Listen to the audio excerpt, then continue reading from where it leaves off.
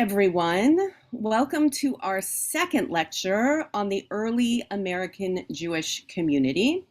When we met last week together, we took a Sephardic journey wherein we connected two very important dates in American Jewish history, 1492 and 1654. 1492 and 1654. 1492 marks the expulsion of the Jews from Spain, and 1654 marks the beginning of American Jewish life. In our time together last week, I connected these two dates for you, tracing a series of events in the Jewish history of Spain, and then following the chain of Sephardic migration from Spain to Portugal, to Amsterdam, to Recife in Brazil, and finally in 1654 to New Amsterdam, which we know as present-day New York. We ended, in fact, last week having seen the St. Catherine, the ship carrying 23 Jewish refugees from Recife, safely docked in New Amsterdam. So this week, we're going to explore what happens next when these 23 souls, big and small, disembark and start to build lives and communities in America. And we're going to look at those lives and communities in America from 1654 through the American Revolution in 1776.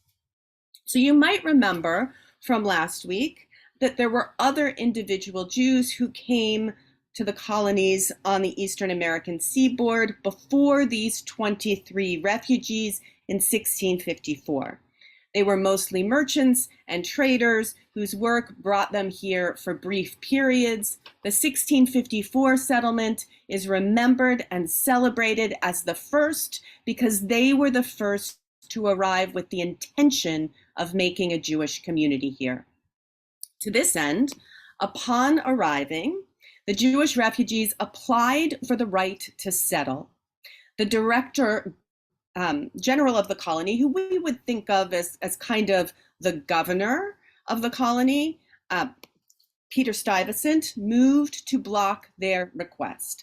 Now, why? Let's think about this for a minute. Why do you think that Stuyvesant wouldn't want the Jews in New Amsterdam? You can let me know in the chat if you have any ideas why the Director General of the colony, Peter Stuyvesant, wouldn't want Jews in his colony. By the way, there are some excellent images of Peter Stuyvesant up there on the screen, including one, a drawing that shows his wooden leg. Peter Stuyvesant actually lost a leg in a battle in the Caribbean when he was on a different Dutch colony there before he came to New Amsterdam. So what we're thinking about is why Peter Stuyvesant wouldn't want the Jews there. Exactly. The thing about Stuyvesant is that he was an elder in the Dutch church, the son of a minister, and he sought to foster morality and social cohesion in his little corner of the world by promoting his own Dutch Calvinist faith. What did that mean? It meant rooting out nonconformists and clamping down on competing faiths. When Stuyvesant arrived in New Amsterdam in 1647, he found a colony in disorder and disarray. He spent the next 8 years restoring order by building up the physical and the moral state of the colony, so that in 1654, when the Jews arrived, he said, no, thank you, turn around, sail away, go back where you came from. Jews will not benefit the colony here.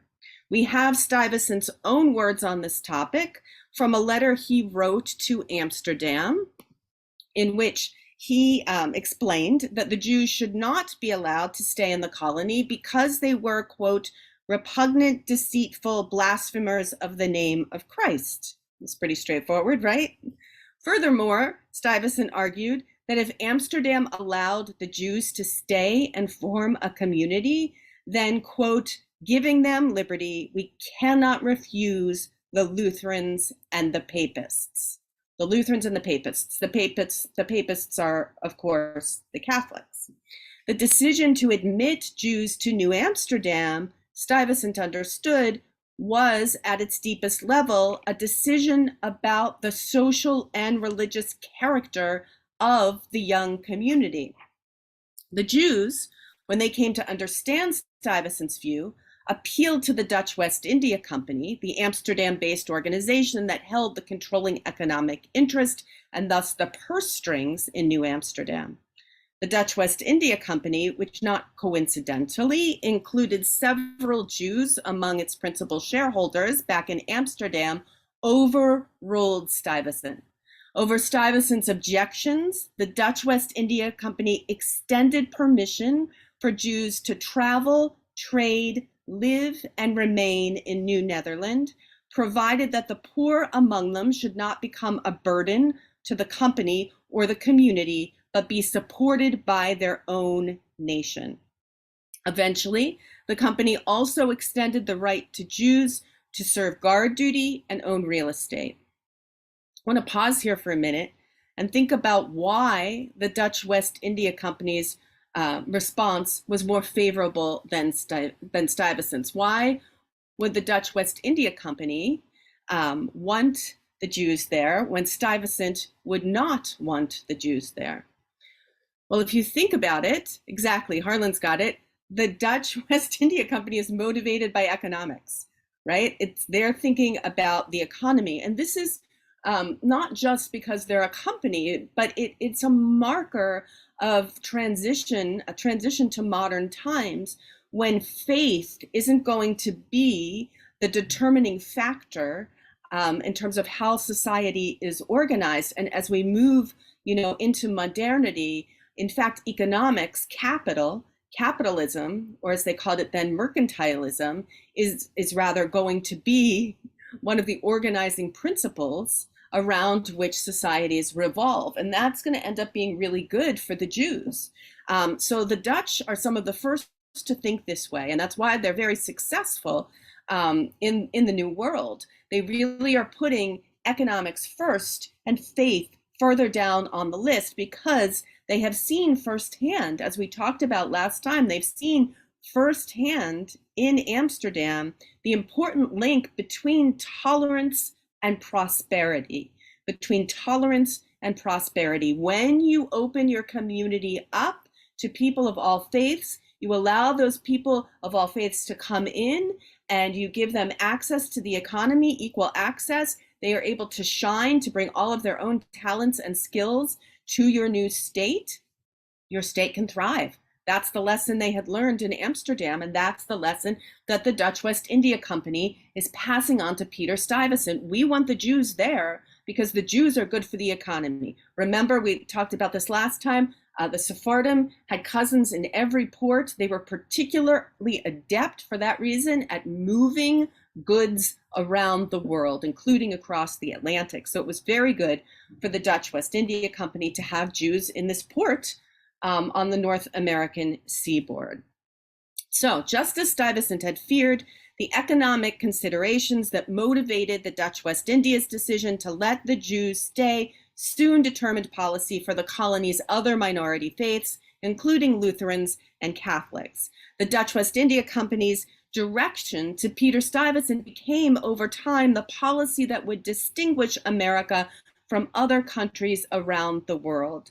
Quote, and you can see this quote up on the screen, "Shut your eyes, at least do not force people's consciences, but allow everyone to have his own belief as long as he behaves quietly and legally and gives no offense to his neighbor and does not oppose the government."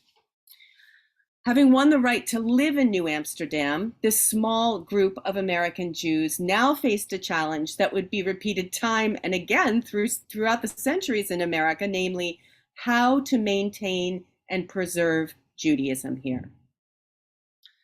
The first sign of Jewish communal life in America was motivated by the fear of death. The first communal act of these original settlers was the establishment of a burial ground. Remember, these are Sephardic Jews who are refugees from Recife and the Inquisition.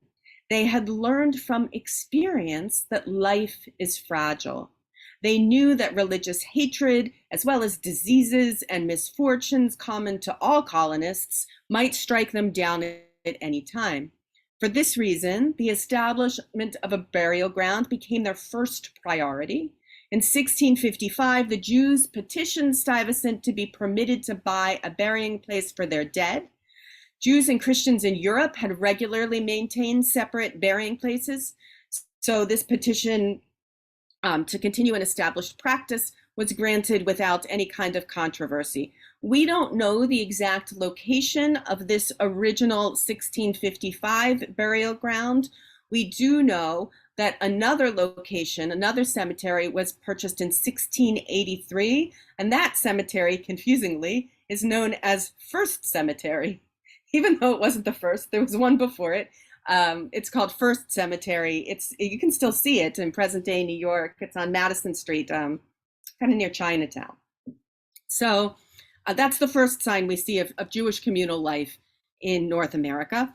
A second important spur to the creation and maintenance of Jewish communal life in New Amsterdam was the arrival in 1655 of Abraham de Lucena, a Sephardic merchant bearing a Torah scroll borrowed from a synagogue in Amsterdam. In colonial North America, the presence of a Torah scroll served as a defining symbol of Jewish communal life. The presence of the Torah scroll creates a sense of sacred space. It elevates a private home in which Jews worshiped into a house of prayer. The return of this Torah scroll to Amsterdam in 1663 signaled that the Jewish community in New Amsterdam had scattered. The minyan, the prayer quorum of 10 males over the age of 13, traditionally required for Jewish group worship, could no longer be maintained. This idea of following the Torah, it's Jonathan Sarna's idea. I mentioned him last time. He was my advisor at Brandeis. He's also widely regarded as the Dean of American Jewish History. And he just had this wonderful idea of figuring out where Jews were congregating by following the Torah. And that's easy enough to do because all ships had manifests. So for all of the existing ship manifests in the colonial period, you can look through them and watch these Torahs travel back and forth across the Atlantic. And it's really an ingenious way to figure out when communities were established and then when they were dispersed. So that's Jonathan Sarna's idea. Now, the community scattering in 1663, the reason they returned that Torah to Amsterdam was most likely in response to political instability, because 1 year later, in 1664, the British took control of New Amsterdam and renamed it New York. So now we've got some new guys in town, the British. What do they think of the Jews? The British sought to promote tranquility and commerce in their colonies. To this end, they imitated the Dutch, who understood the link between tolerance and prosperity. The British maintained the colony's religious practices, according to Jews the same rights that they had under New Amsterdam. The operative British principle for Jews and other social and religious deviants from the mainstream was quietness. Out of sight, out of mind. The British tolerated dissenting religious practice as long as it took place quietly outside of the communal and public space. Thus, we see the reappearance of Torah scrolls in the city of New York. Their presence is noted there by 1680, and the presence of the scrolls was a sign that the Jewish community had been reestablished and group worship in private had resumed.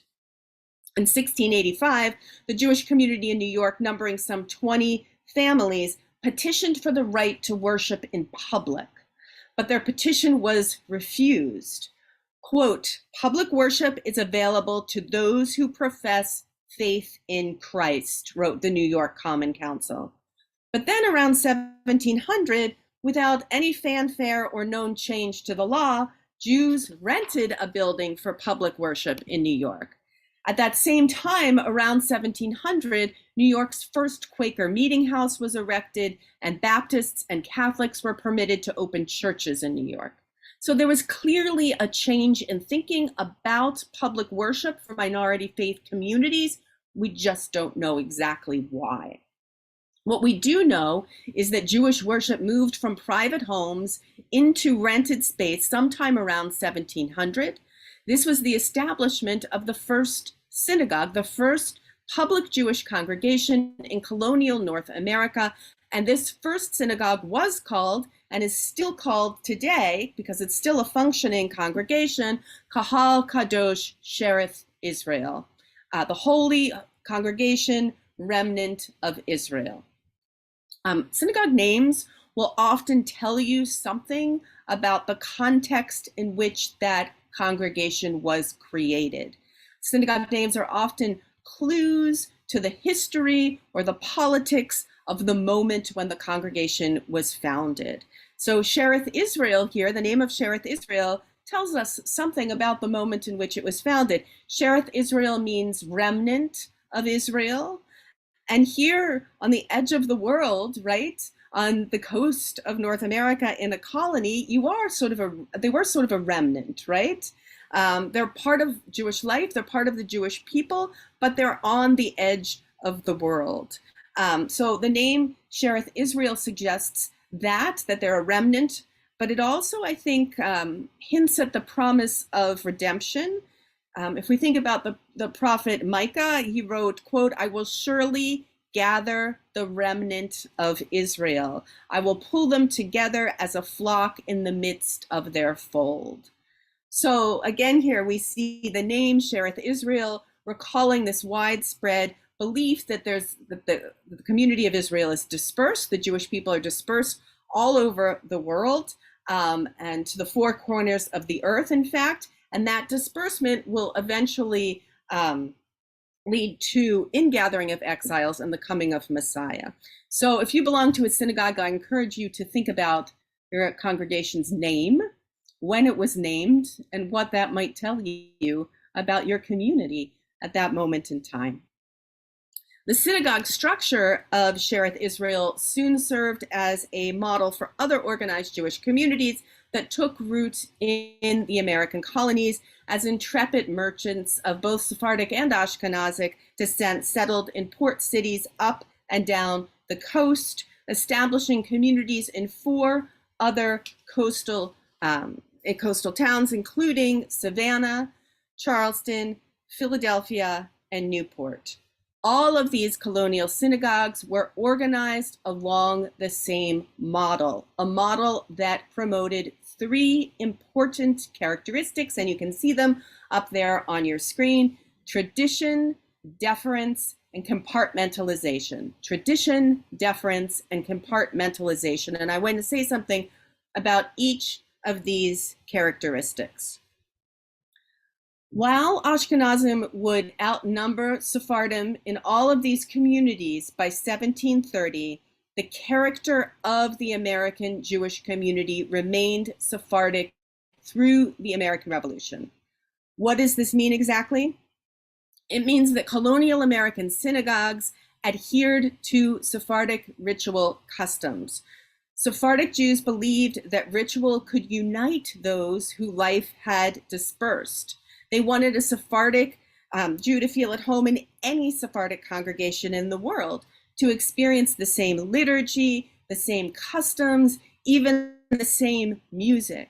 This was a strategy that the Sephardic diaspora employed for maintaining identity. The maintenance of the Sephardic rites among colonial congregations reminded colonial Jews that although they might be part of this kind of small outpost community in America, they were simultaneously part of a larger Sephardic community, rich in tradition and memory. These Sephardic colonial American synagogues were involved in all aspects of Jewish religious life. There was one synagogue in each Jewish community, one synagogue in New York, one in Savannah, one in Charleston, one in Philadelphia, and one in Newport. And that synagogue oversaw communal worship, the dietary laws, life cycle events, education, philanthropy, ties to Jews around the world, oversight of the cemetery and ritual bath, even the making of the matzah and the distribution of haroset at Passover time. This model of synagogue as community served the needs of an outpost community. It promoted group solidarity and discipline. It evoked a sense of tradition as well as a feeling of kinship to similarly organized synagogue communities throughout the Sephardic diaspora. And it improved the chances that even small clusters of Jews remote from the well springs of Jewish learning could survive from one generation to the next.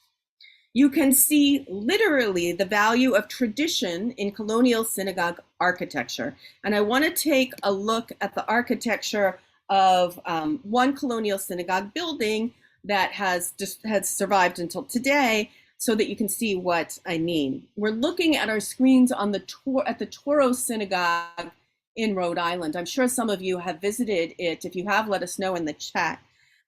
So this synagogue was built, this building was built in 1763.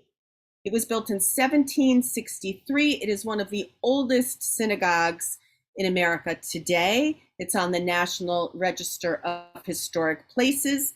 If you find yourself in Rhode Island, it is absolutely worth visiting. It's a very, very interesting site. We're going to spend the next couple of minutes talking about what we see here, starting with the exterior of the building. Take a look at the screen and see what you notice about the exterior of this building. How would you describe it?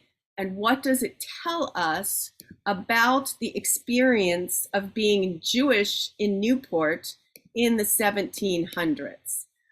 Take a look at the outside. Let's see what we find here. One of the first things that we notice, yep, someone noticed in the chat, there's 2 stories. That's going to be important. We'll talk about that in a minute when we get to the inside. Some of you have been there, I'm seeing in the chat, which is great too. So you can share some of your observations from that. The facade here that we're looking at on the building of the Touro Synagogue, it's a Georgian colonial style. That's what we call it. The thing about this building is that if you don't know it's a public building, you could mistake it for a residence. Do you see what I mean? It looks, like someone's house, you might see. And in fact, it is not in a prominent place in Newport. It's not in a public square, as synagogues will be built later in America on, central squares in the middle of cities. It's in a residential neighborhood and it fits in with that neighborhood. So let's think about that for a minute while I give you a few more details. The architect of this building was named Peter Harrison. Peter Harrison, not a Jew. Peter Harrison was not Jewish. He was a self-taught architect from Britain who came to the colonies and did quite a bit of building here. He built Christ Church in Cambridge. He built King's Chapel in Boston. He built the public library in Newport. Now, all of those buildings, all of these other Harrison buildings are imposing, huge structures that are in the center of a settlement, but this building is different. The Touro Synagogue sits back in a residential area, and it is a much, I would say, quieter building, a much less imposing building on the outside than the architect's other work. And I would argue that that's on purpose. If you're living in a British colony and the operative understanding that the British had about religious tolerance was one of quietness, you don't want your building to be so loud on the outside, right? You don't want it to be screaming there, this is a Jewish synagogue. In fact, if you look at the outside of the building, you do not see a Star of David, right? You don't see the 10 Commandments. You don't see any sign that this is a Jewish building until later when they add that arch in the front. You can see that now. That's a later addition. But look what happens when you move to the inside. The inside of the building is completely different from the outside. The outside's so stoic, so kind of plain, and the inside is where you see Sephardic tradition in action, and you also just see much more glory, much more celebration of Judaism, of the religion. The interior reflects tradition. It is the most common Sephardic synagogue layout. If you went to any of those 5 original colonial synagogues, Newport, Philadelphia, New York, Savannah, and Charleston, they all were laid out this way in the Sephardic style. If you went to Amsterdam and the Sephardic synagogue in London, they were also laid out in the same style. It's, purposefully repeated throughout the world to repeat the experience.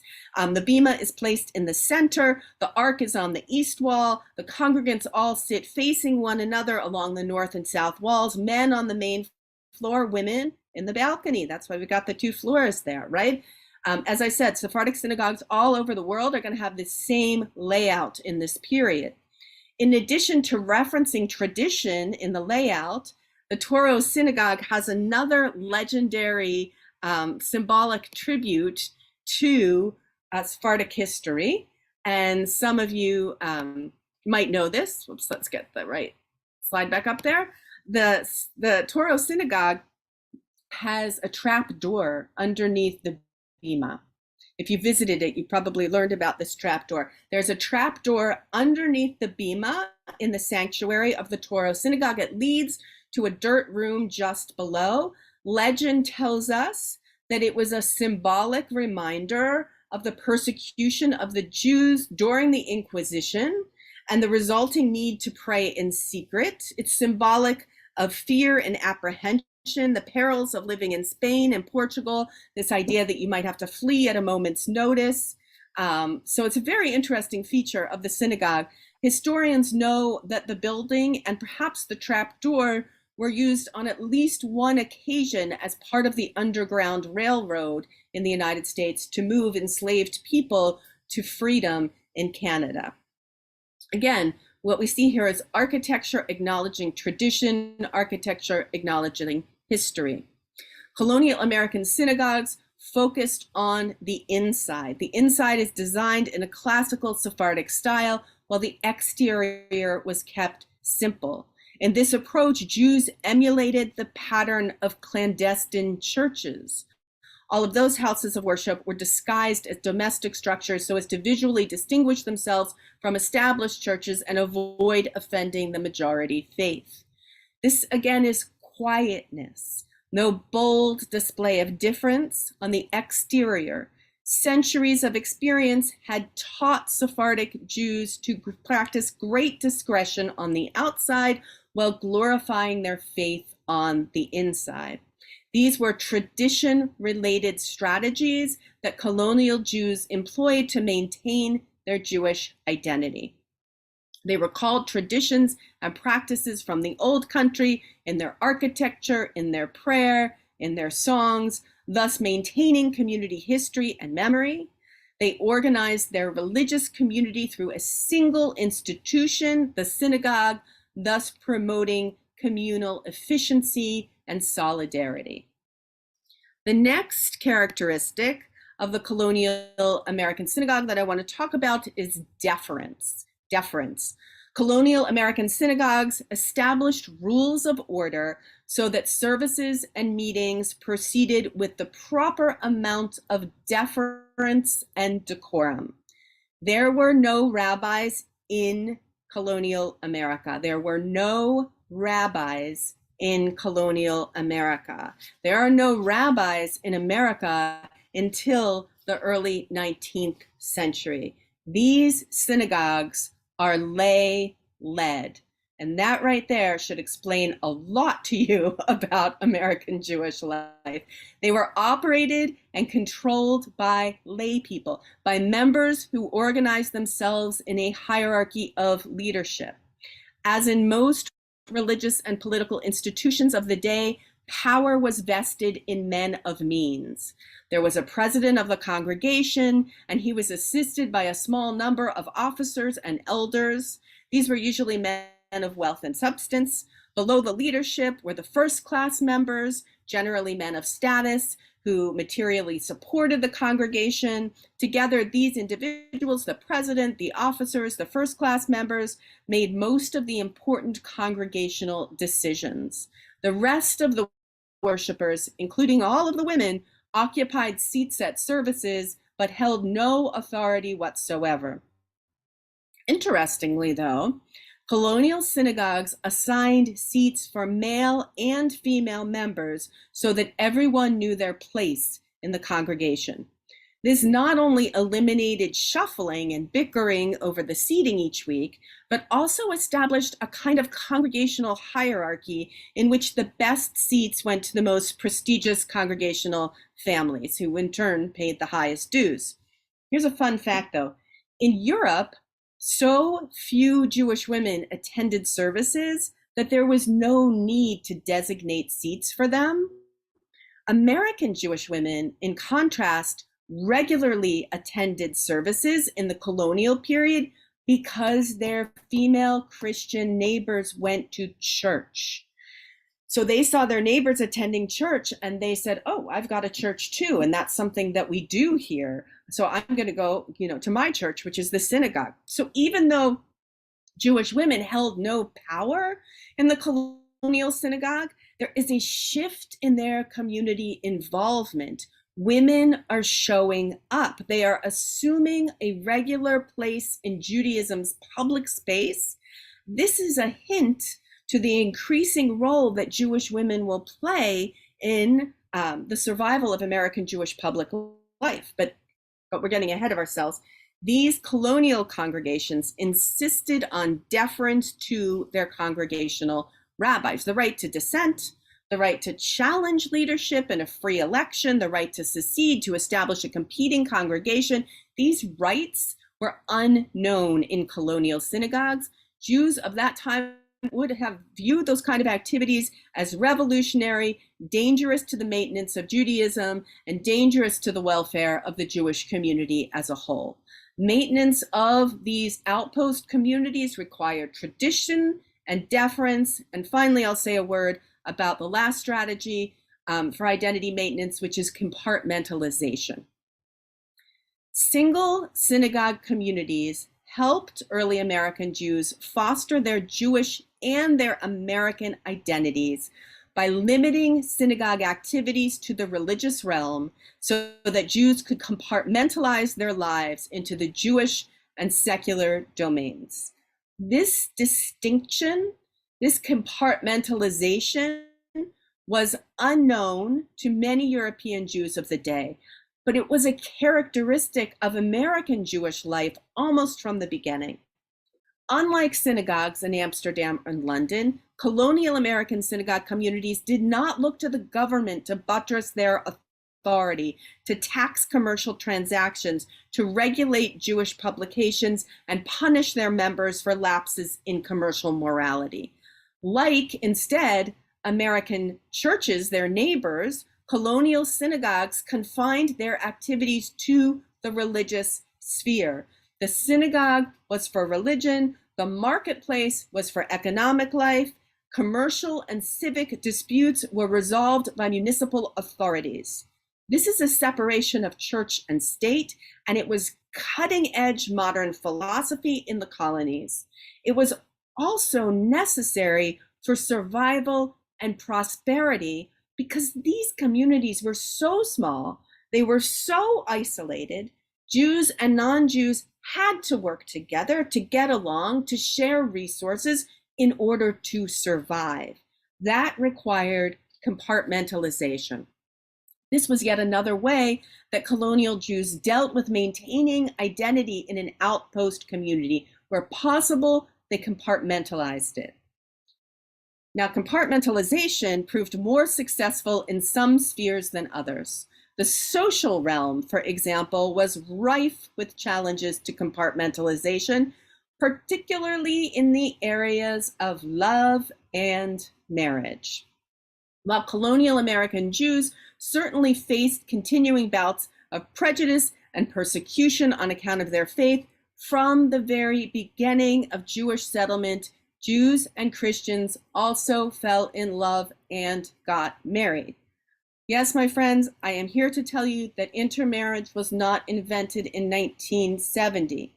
The first American intermarriage, the first marriage between a Jew and a Christian here, occurred in 1656, just 2 years after the community was established. From that point onward, the intermarriage rate among colonial American Jews was about 10 to 15%. This was an alarming development from the point of view of the colonial Jewish community, but it was also a sure sign of acceptance, particularly since only a small number of Jews who intermarried converted to Christianity in order to do so. The subject of intermarriage, however, raised thorny questions that would figure prominently into the history of American Judaism. How do we respond to intermarriage? How do we promote in-group ties without damaging social ties to non-Jews? And finally, how to survive in an American religious environment that was becoming increasingly open and competitive. So we can see an example of all of these challenges, as well as compartmentalization at work, in the portraits and correspondence of one American Jewish family. And we're going to meet them now. I'm going to bring them all up on the screen there and let you take a look at them while I take a sip of my tea. These are the Levy-Franks family. This is the Levy-Franks family. This is all of them. This is the matriarch and the patriarch. We're going to examine and discuss these portraits, and we're also going to look at an excerpt from one of their family letters in order to better understand compartmentalization and early American Jewish life. The Levy-Frank portraits are really special, and they're quite spectacular. Here's why. The Levy-Frank portraits are the oldest surviving portraits of colonial American Jews. They're the oldest surviving portraits of colonial American Jews, and they are the oldest family series portraits to survive in all of American painting. So they're a big deal. They're a big deal as Jewish paintings, and they're a big deal as American paintings as well. Probably executed in the mid-1730s. They are attributed to an artist. You can see him up there on the screen, Gerardus Duckthink. I think that's how you pronounce it. But it's a tongue twister for sure. He was an artist of Dutch extraction who was living in New York as a contemporary of the Levy-Franks family. The portraits that I'm going to show you tonight were in the collection of the American Jewish Historical Society when I used to work there. But then in 2004, they were sold to the Crystal Bridges Museum of American Art, which houses, as many of you probably know, the personal collection of Alice Walton, the Walmart heiress. So if you find yourself in Bentonville, Arkansas, which is where Crystal Bridges Museum is, you can see these portraits for yourself. For tonight, we're going to look at them on the screen. And the first thing I want us to take a look at and really think about are the patriarch and the matriarch here. And this is Moses Levy and Grace Mears Levy. So take a minute to look at them and see what you think. What do you notice about these portraits? And when you're reading a portrait, it's important to look at what you see and then to think about also what you do not see in them. So all portraits contain symbols, and there are a couple of symbols in these portraits. So see if you can notice them. See if you can pick them out. If you're near your computer, put them in the chat. Put what you notice in the chat. If you're not sitting near your computer, that's fine too. But take a minute and look at them, and then we'll talk about them.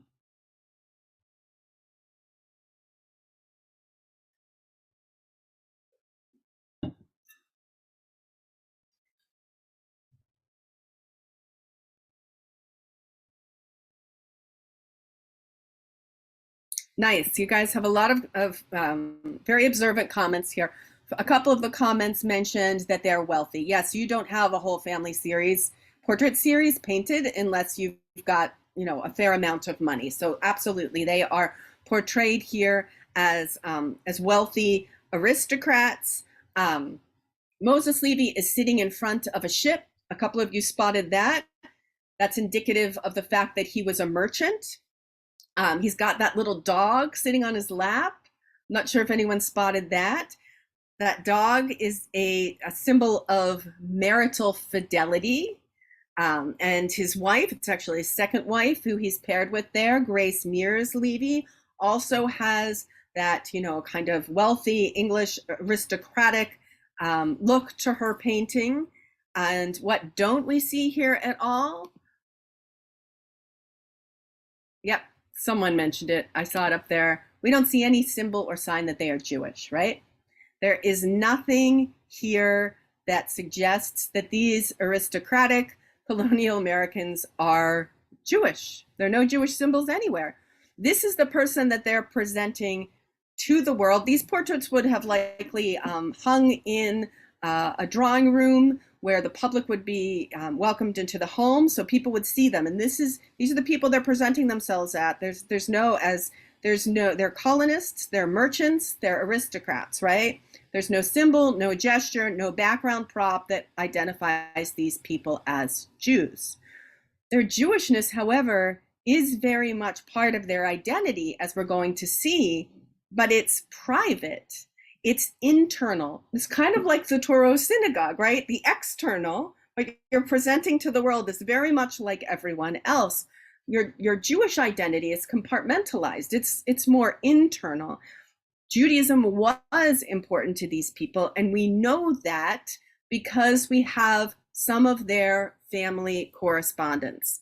Before we take a look at that, though, I just want to show you the rest of the portrait series. So you've got 3 generations here, and all of them have, again, an aristocratic British, they're all in aristocratic British poses. They've got these typical kind of symbols, but none of them are Jewish. So you can look at it spread across the generations here, and these all would have hung together. They're called portrait pairs. They're meant to be hung on the walls together in the pairings that you see them on the screen. So we are extremely lucky to know more about this Jewish family because we have 35 letters of correspondence between Abigail Levy Franks. This is Abigail, you can see her on the slide, and her eldest son, Naphtali, in England. Naphtali is not someone who we have a portrait of. So these 35 letters were written between 1733, when her son Naphtali went back to England to learn the family business, and 1748, when the letters break off for no known reason.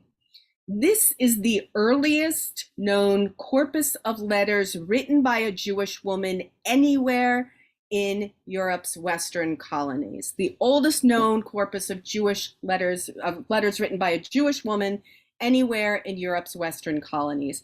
You can read them as women's history, as Jewish history, as colonial history. They're amazing. Abigail, who's the mother, pictured there, she writes about politics, she writes about her social life, she writes about religion and cultural life in New York during this period.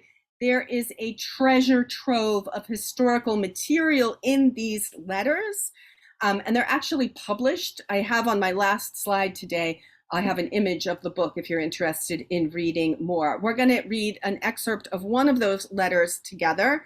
The spelling and the grammar are a little challenging, but they're really, as I said, a wonderful resource for understanding the interior life of these people. So I'm going to read it. Just let me get my voice ready here. So this is Abigail Levy Franks to her son Naphtali in 1733.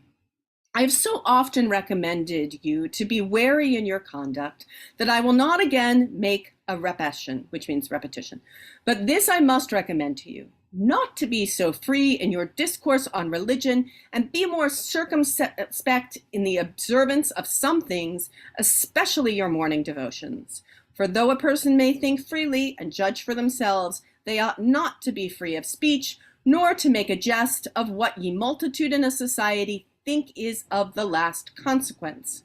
You wrote me some time ago that you was asked to my brother Asher's to a fish dinner, but you did not go. I desire you will never eat anything with him, unless it be bread and butter, nor nowhere else there is the least doubt of things not done under our strict Judaical method.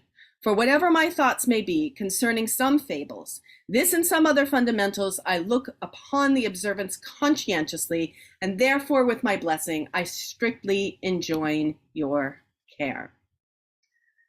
So what does this letter tell us about Abigail Franks specifically and about colonial Jewry more generally? There we get the nice vision of Abigail right up there.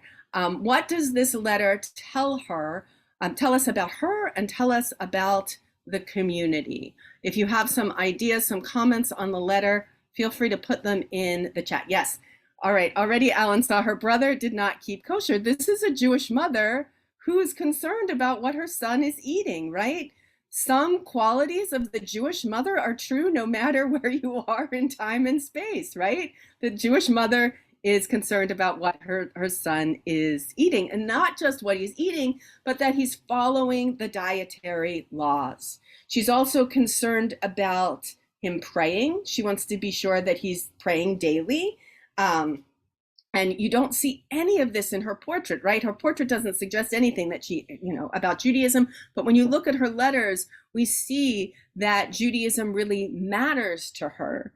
I also think we also see in these letters, which are another kind of portrait, really, of her life, you see some really interesting things about colonial Jewry.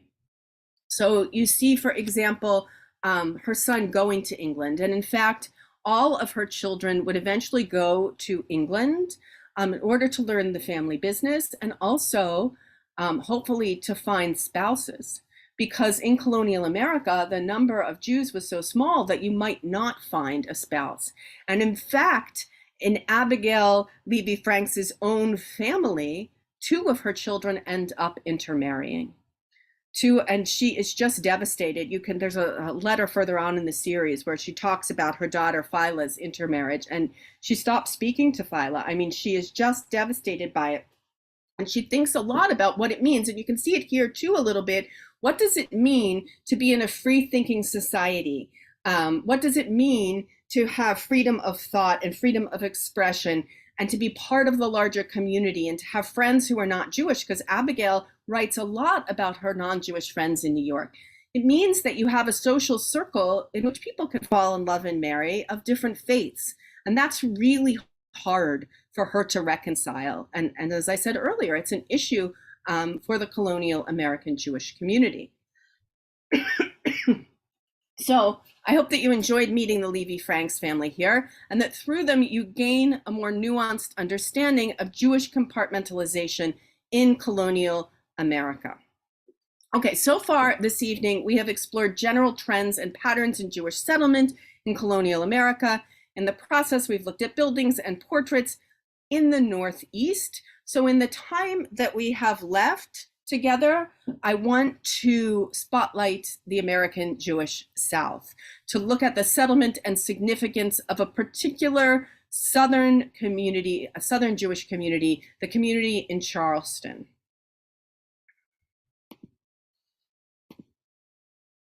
So I mentioned to you last week when we started the series that I like the lesser known chapters of Jewish history, right? So that's what we're going to be doing tonight. We went through the New York experience and we focused on the colonial experience generally, but with a lot of information on New York. But before I close, I want to be sure that you also know about another really meaningful Jewish experience in colonial America, and that's the experience in Charlestown.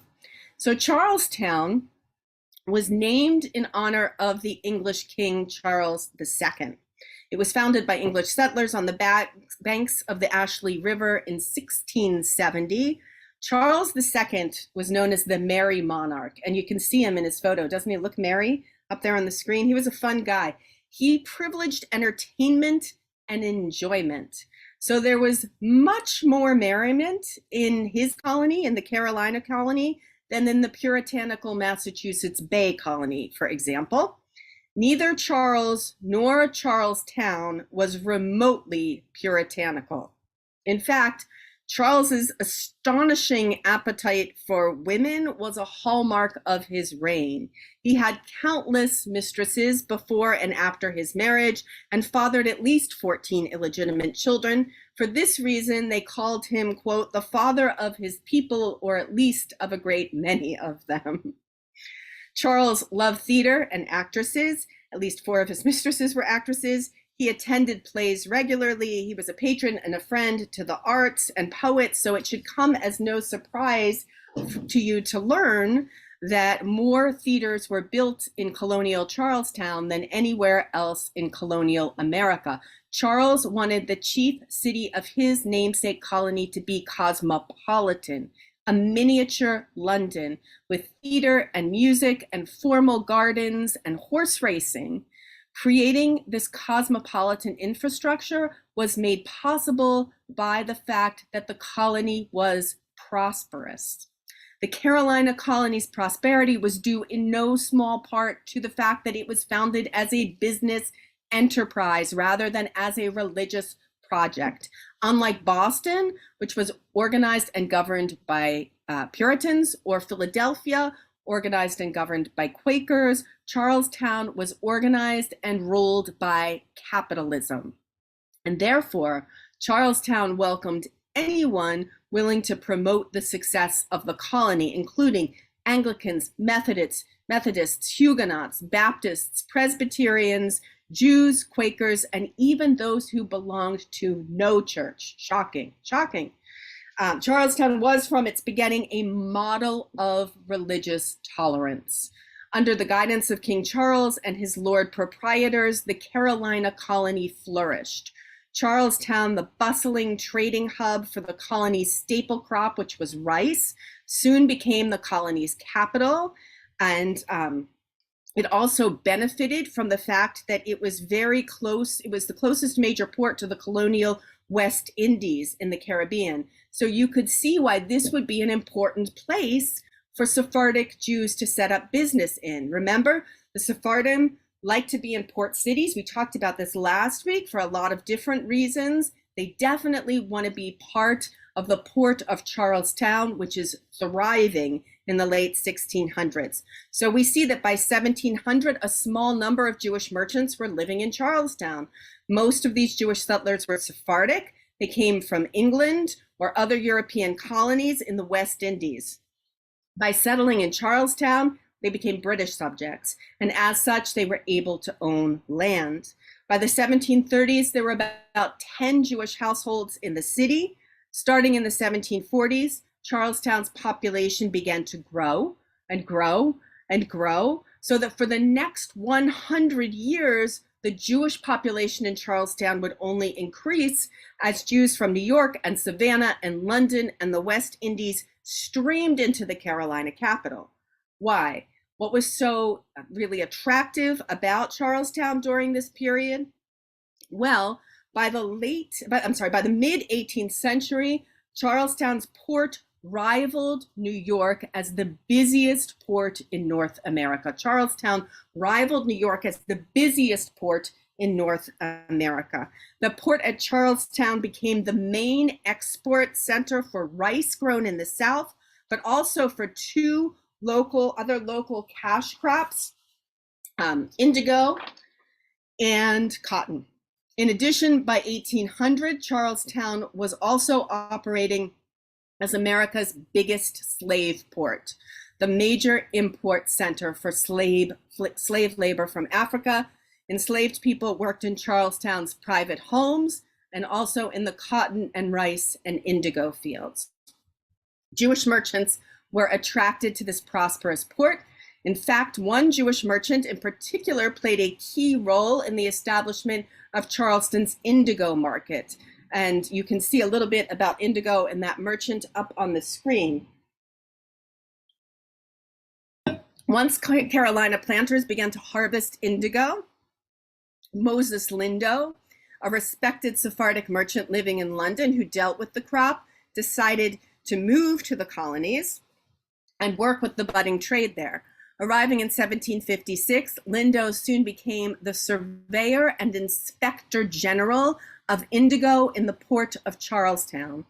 Lindo would give a grade to each batch of indigo before it was shipped to England. Because he had an excellent reputation, Lindo's grade carried a great deal of weight with the traders in London. His assessments, though, sometimes angered local planters if they didn't get a good grade. However, and they would publish a lot about this in the newspapers. This is how we know about Lindo because Lindo was often criticized in local newspapers of the time for not giving local planters a good enough grade. So from these newspaper articles, we know that Moses Lindo was a merchant and he was a planter. He was a slave owner and he was a port commissioner. Clearly, Moses Lindo was an integrated, respected member of Charlestown society, except for when he gave people, bad grades, and then they didn't like him quite as much. So that we've got Moses Lindo working in Charlestown, working with one of the major crops that they were exporting there, which is indigo. Now, Charlestown's community continues to grow with the city. In 1749, there were enough Jews in Charlestown to form a congregation, which was called and is still called today, because it's still in existence, Kahal Kadosh Beth Elohim, the Holy Community House of God. It was the fourth Jewish congregation founded in what would become the United States. A few years later, in 1762, the congregation bought land for a Jewish cemetery.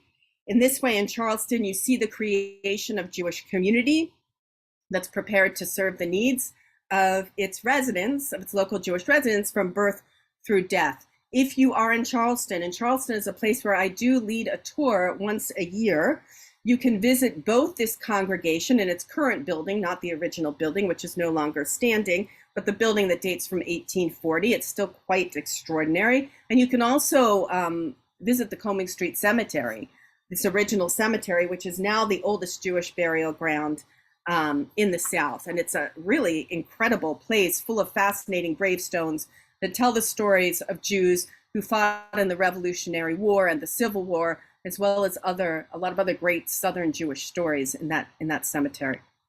So by the time of the American Revolution in 1776, about 200 Jews were living in Charlestown.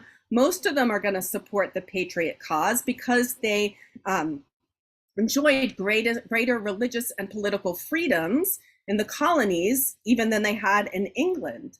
And tonight I want to close, because I want to leave some time for conversation. I want to close by introducing you to one of Charlestown's residents who fought on the side of the Americans in the Revolution, Francis Salvador.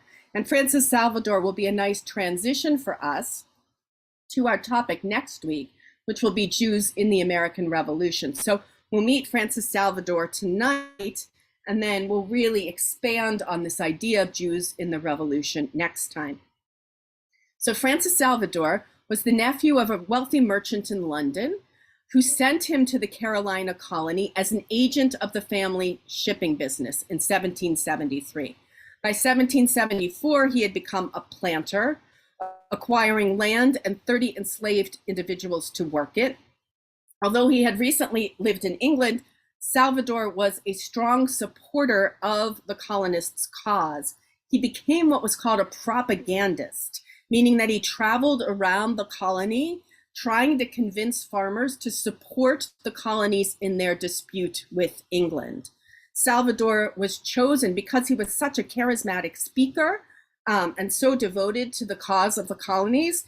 He was actually chosen to serve in the first Provisional Congress in South Carolina in 1774. He remained in the state's assembly after it declared independence, helping to draft South Carolina's constitution.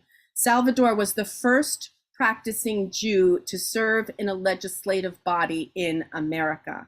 When fighting broke out in South Carolina in 1776, the 29-year-old Salvador joined the local militia, but he was soon killed by the British allied Cherokee Native Americans. He was actually scalped. If you go to Charleston and City Hall Park, there is a memorial plaque for Salvador, and a historical marker stands, and you can see the marker up on your screen, on South Carolina's State Highway 221, right at the intersection, and you cannot make this stuff up, with Christian Road. So right at the intersection of Christian Road and State Highway 221 in South Carolina, you'll find that marker that you see on your screen. The marker that's in Charlestown City Park reads, "An Englishman, he cast his lot with America. True to his ancient faith, he gave his life for new hopes of human liberty and understanding." So that's Francis Salvador. As I said, just an introduction for what we're going to be studying next week, but I think you get a taste already of how these early Charlestown Jews, just from meeting Francis Salvador and Moses Lindo, the indigo merchant, a few minutes ago, they're part of South Carolina's story. There are patriots who act to protect and defend independence. They are acknowledged in parks and along highways, in history books. Jews in South Carolina have really deep roots, and they play a lot of important roles in the early history of the state. So that's Moses Lindo and also Francis Salvador. We'll end with the image of Abraham Mendes Seixas, a third Charlestown Jew who fought in the Revolutionary War, and you can see him there in his revolutionary garb, which is quite an extraordinary portrait of him. And he's someone who served in the Revolutionary War as a captain, Abraham Mendes Seixas, and then after the war went on to serve as a city magistrate in Charleston. The city name changes. You'll see after the revolution, it goes from Charlestown to Charleston. He becomes president of the congregation. He's also a merchant and an auctioneer, an important merchant in the community. So again, you see another example, and we'll talk a little bit more about Abraham Mendes Seixas next week, of a Jewish resident in Charlestown playing this really important civic role, as well as a role in the formation of the United States. So Charleston is an incredibly prosperous early Jewish community. It's also one of the largest early American Jewish communities. In fact, it holds the distinction of being the only city to ever surpass New York in terms of its Jewish population. Charleston is going to flourish after the Revolutionary War. In the early 1800s, the city's population will grow to 25,000 people, but 50% of those 25,000 are going to be African Americans, enslaved African Americans, and 700 of those 25,000 people were Jews. So by the early 1800s, 700 Jews lived in Charleston. That's more Jews than lived in any other American city at that moment. In the early 1800s, the American Jewish community in Charleston surpassed New York as the largest Jewish community in America. So that's kind of a fun fact. Charleston still has a thriving Jewish community today. And in fact, there are living still today in Charleston Jews who can trace their ancestry to the pre-Revolutionary War era, who count themselves as the 10th and now the 11th generation of Jews living in that place. And that is pretty extraordinary when you think about the mobility of Jews all over the planet. To be in one location for 10 or 11 generations, it's really quite notable. So in our time together tonight, we've seen the colonial American Jewish community grow from 23 souls, big and small, to 5 settlements of significant size up and down the coast, from Newport to Savannah. In all of these port cities, in all of these coastal communities, the Jewish community supported a single Sephardic synagogue and organized their lives using strategies of tradition and deference and compartmentalization.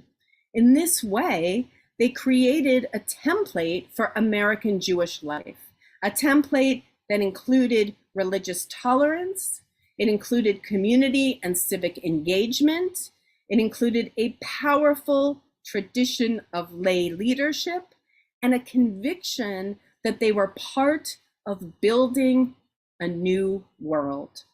So at this point, I'd like to hear from you. What did you learn about colonial American Jewish life that surprised or intrigued you tonight? What do you want to know more about? And of course, I am happy to take questions.